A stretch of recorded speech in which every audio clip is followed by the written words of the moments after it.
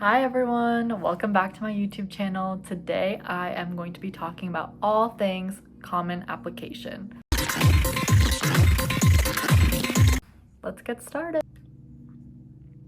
I'm going to be covering everything that you need to know to get started on the common application. So we're going to start right at the beginning, and that's going to be with step number 1. Okay, so the first thing that you want to do is create a common application account. So the common application is a one-stop shop. You're going to make one account, and that account is going to let you apply to many different colleges through this one application kind of process. So there are colleges that don't use the common application. For example, the UCs have their own application, so if you're applying to any of those, you're going to have to fill out the UC application separately, but the common application does cover, I think, over like 400 schools and does include most of the common ones. Please use an email address that you check regularly that doesn't have any weird things in the name like Barbie Batman 22. Get a new email address. You can create a new one with like your first and last name or something simple.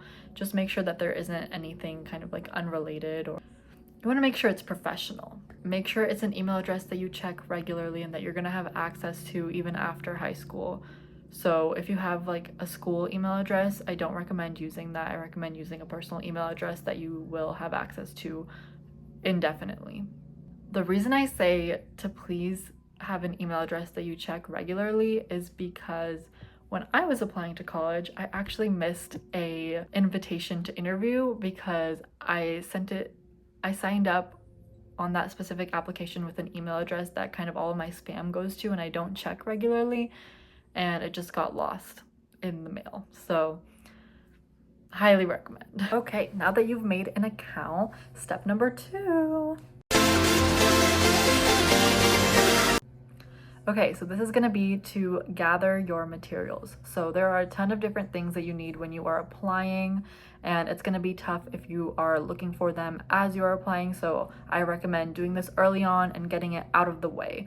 Some of those things include transcripts, test scores, a list of activities and interests that you have so you can reference them when you are filling out your application. In addition to information about your parents or a legal guardian, it's going to be asking all of their demographic information in addition to where they went to college, their highest level of education. So you need all of that. And you're also going to want to have a list of your academic honors or achievements or anything else that you're going to want to outline on the application. One thing that I thought was really neat that I found when I was researching the common application this year is that under activities and interests, it also encourages you to mention any family responsibilities that you might have. So that could include if you have a younger sibling that you take care of when your parents aren't there, or if you have a grandparent or another elderly relative in your house and you regularly assist them with things. They want to know that because they want to know why you might not have had as much time to dedicate to your academic endeavors or other activities. So very important to use, and they're going to look at your whole application holistically, and you can expand more on those items in one of your essays as well.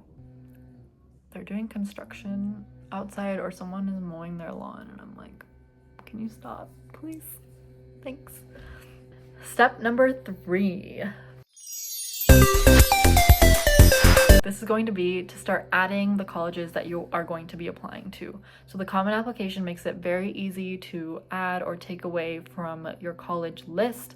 Hopefully you have already started to identify some of the colleges that you're going to want to apply to, and once you add them to your list on the common application, you'll be able to see all the requirements that they have and any supplemental information that you might need to get started on for that specific university. This is the point that I recommend getting started on your essays. You want a lot of time to prepare your essays, especially for those colleges that have a ton of different prompts to choose from. So it's nice that you can start brainstorming early on and start outlining different options that you might have for your essay. On that note, when you're working on your essays, I also recommend getting a friend or a parent or someone to read through your essay and kind of edit it and give you some feedback. I know it might be embarrassing when you are sharing one of your essays. I know I really didn't want to share it with anyone until it was right before I was applying, and I was like, okay, read this and help me. But It's really helpful because this is an essay that you're working on over a couple of months, and it's easy to get tunnel vision when you're working on your own stuff and that's the only thing you're seeing. Getting an outside opinion is so helpful. So get someone trusted. It could be a friend, a teacher, a parent, anyone, and ask them for some help. And this might be a good time for me to mention that I've started a SKOOL community that is currently free to join. So I highly encourage you joining. I'm aiming for it to be a community of peers that can help each other out, even with that essay peer review like I was talking about, and many other resources, in addition to exclusive access to me as a resource with any questions that you might have along this process. The Common Application also has a really neat requirements grid that they've laid out for all of the colleges that fall under the Common App, and that's going to have the types of essays that they look for and their test scores. And that's going to have some super helpful information. I will link that down below in the bio, and you can also access it on your Common Application when you are logged in. I'll attach a screenshot here of how you can exactly look at it and access that requirements grid. It's a nice place to have an entire list, and you can take from that when you are organizing your own applications. Okay, this next one is super important. I think we are on 4. And that's going to be reaching out for letters of recommendation. So letters of recommendation could be from teachers, they could be from school counselors, they could even be from your sports coaches if they know you well and have a relationship and you feel comfortable asking them for that. The point of a letter of recommendation is to get an outside view of you as the student and kind of have someone else explain why you're qualified. So I recommend having a teacher that you have a good relationship with or a school counselor. When you're asking for a letter of recommendation, remember that especially if it's a counselor or a teacher, they probably have a ton of letters of recommendation that they have to write. So you should be as specific as possible with your ask. What I mean by that are there any character traits or accomplishments that you'd like them to highlight and mention in the letter of rec? I would consider making a list of what you want them to highlight and give it to them when you're asking for the letter of recommendation so they kind of have it a little bit easier.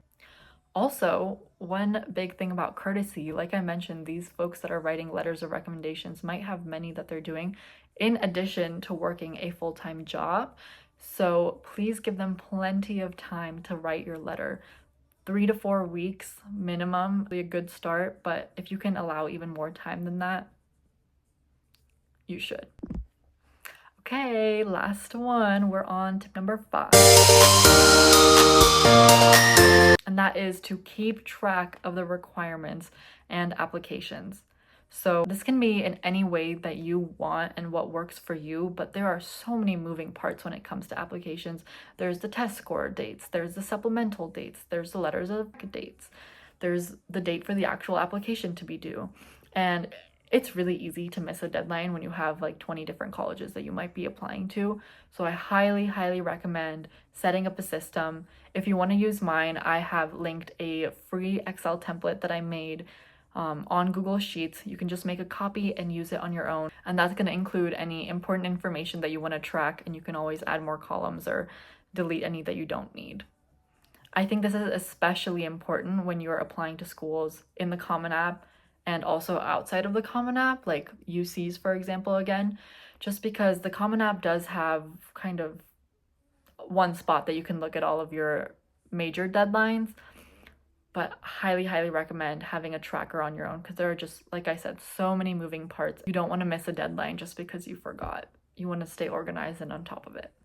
If you want access to other resources like the free spreadsheet that I have linked down below, and also 24/7 access to me to ask any questions that you have along the process, join my SKOOL community. All right, with that, good luck applying, everyone. Remember that where you get into college does not define who you are. Remember, the college admissions process works in mysterious ways that honestly nobody understands, even though we try to, but I just want to give you the resources so that you have the best chance at succeeding. Remember, no matter where you go to school, you can still have a great college experience. Thanks, everyone. I'll see you next time.